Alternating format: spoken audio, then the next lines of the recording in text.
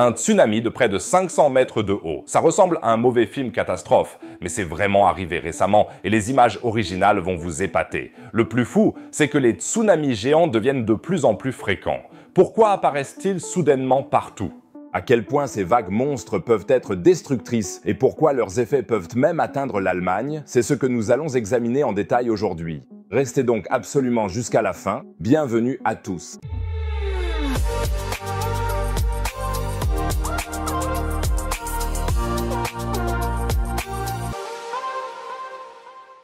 Qui avait prévu des méga tsunamis dans l'Arctique sur sa liste des catastrophes naturelles pour 2025? Pas moi, franchement. Mais avec toutes les choses folles qui se passent cette année, ça ne me surprend même plus. En tout cas, je vous tiens au courant de tous ces événements ici sur la chaîne. Alors, abonnez-vous tout de suite. S'abonner ne coûte rien. Vous ne manquerez plus jamais une vidéo et vous m'aidez par la même occasion. Et ceux qui sont déjà abonnés aident beaucoup la vidéo en mettant un pouce bleu. Peut-être qu'on atteindra les 5000 likes. Un grand merci à vous. Mais revenons maintenant aux vagues géantes. Quand vous entendez le mot tsunami, vous pensez sûrement aux images du Japon en 2011 ou au tsunami dévastateur dans l'océan Indien en 2004. Des masses d'eau énormes déclenchées par des tremblements de terre qui détruisent des côtes entières. Ce sont des tsunamis classiques qui sont déjà assez graves comme ça. Mais ce dont nous allons parler aujourd'hui, c'est d'une toute autre catégorie. Il s'agit de ce qu'on appelle des méga tsunamis.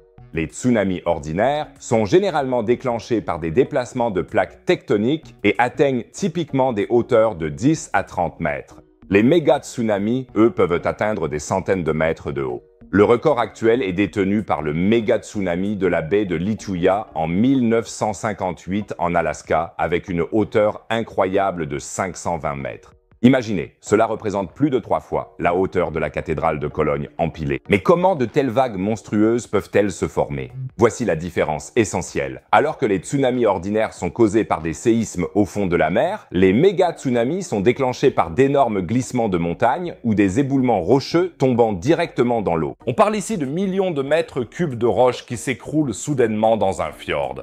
Et c'est exactement ce qui s'est passé récemment, à une échelle qui a laissé sans voix même les géologues expérimentés.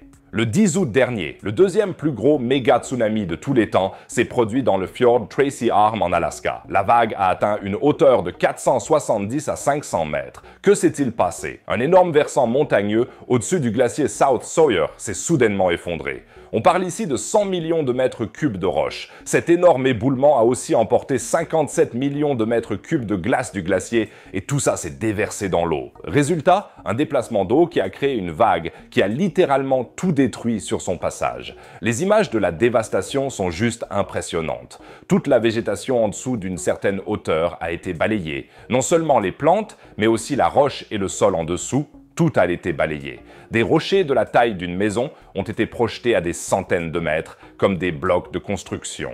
Lorsque la vague a atteint une petite île, après 5,6 km, elle mesurait encore 30 mètres de haut.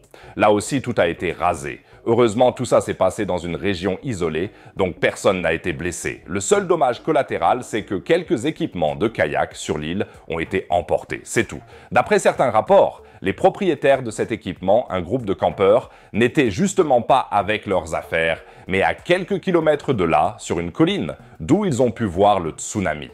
Vous avez donc échappé de justesse à la mort. Et maintenant, voici ce qui est vraiment inquiétant. Ce n'était pas le seul méga tsunami de ces dernières années. En 2023, il y en a eu un au Groenland et fin 2024 au Canada.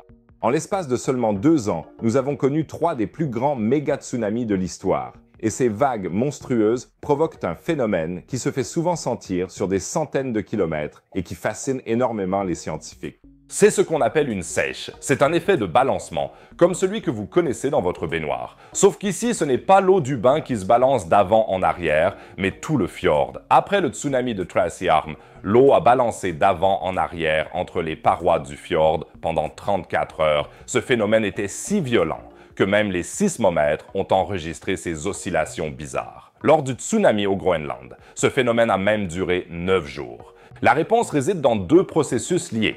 Depuis des millénaires, les glaciers massifs ont formé une sorte de structure de soutien naturel pour les pentes montagneuses escarpées. Ils ont littéralement maintenu des montagnes entières, mais beaucoup de glaciers rétrécissent. Et tout à coup, les versants des montagnes, soutenus par la glace depuis la dernière période glaciaire, se retrouvent sans leur support naturel. À ça s'ajoute le dégel du pergélisol. Dans les régions arctiques, le sol gelé en permanence agit comme une sorte de ciment. Il maintient les versants des montagnes et empêche l'érosion. Mais le pergélisol fond de plus en plus. Résultat, des montagnes qui étaient stables depuis des millénaires deviennent soudainement instables. Si on combine la fonte des glaciers et le dégel du pergélisol, on a le mélange parfait pour des glissements de terrain catastrophiques dans les cours d'eau, et on se retrouve avec un méga tsunami. Et ceux-ci se produisent sans avertissement. Alors que les tsunamis normaux mettent souvent des heures pour aller de leur point de départ à l'autre côte, les méga tsunamis frappent tout de suite quand il y a un glissement de terrain comme ça. Les régions comme l'Alaska, le Groenland, le Canada et la Norvège sont particulièrement touchées, partout où des pentes raides rencontrent des cours d'eau. Les scientifiques bossent d'arrache-pied pour pouvoir prédire ce genre d'événement. Lors d'un autre méga tsunami au Groenland en 2017, qui a effectivement touché un village, les chercheurs ont pu identifier des signaux d'alerte après coup. Avant le glissement de terrain, proprement dit, il y a eu une activité sismique. Ça veut dire que si on installe les bons systèmes de surveillance, on pourrait prédire ce genre de catastrophe à temps. Aujourd'hui déjà, les scientifiques utilisent la technologie radar par satellite et des sismomètres pour surveiller les pentes instables et mesurer au millimètre près si une montagne bouge, ce qui leur permet d'identifier les zones potentiellement dangereuses. La recherche sur les méga-tsunamis a donc fait d'énormes progrès ces dernières années. Nous comprenons maintenant beaucoup mieux comment ils se forment, où ils se produisent et comment nous pourrions éventuellement les prévoir. Peut-être que ces découvertes nous permettront à l'avenir d'alerter les gens à temps et de sauver des vies.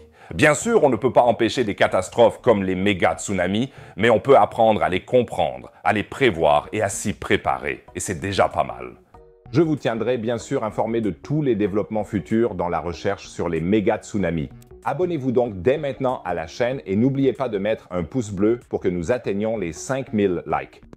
Et à propos de découvertes incroyables, alors que nous luttons ici sur Terre contre les méga-tsunamis, des astronomes ont découvert, grâce au télescope spatial James Webb, quelque chose qui semble défier les lois de la physique. Un signal plus rapide que la lumière, ce qui, selon Einstein, est en principe impossible. Qu'avons-nous donc découvert et faut-il désormais repenser les lois de la nature? Vous le découvrirez dans la vidéo affichée en haut à droite. Jetez-y absolument un œil, c'est vraiment très passionnant. En bas à droite, vous trouverez comme d'habitude une autre vidéo sur le thème de l'espace et de la science. Sinon, je dirais à la prochaine vidéo, prenez soin de vous.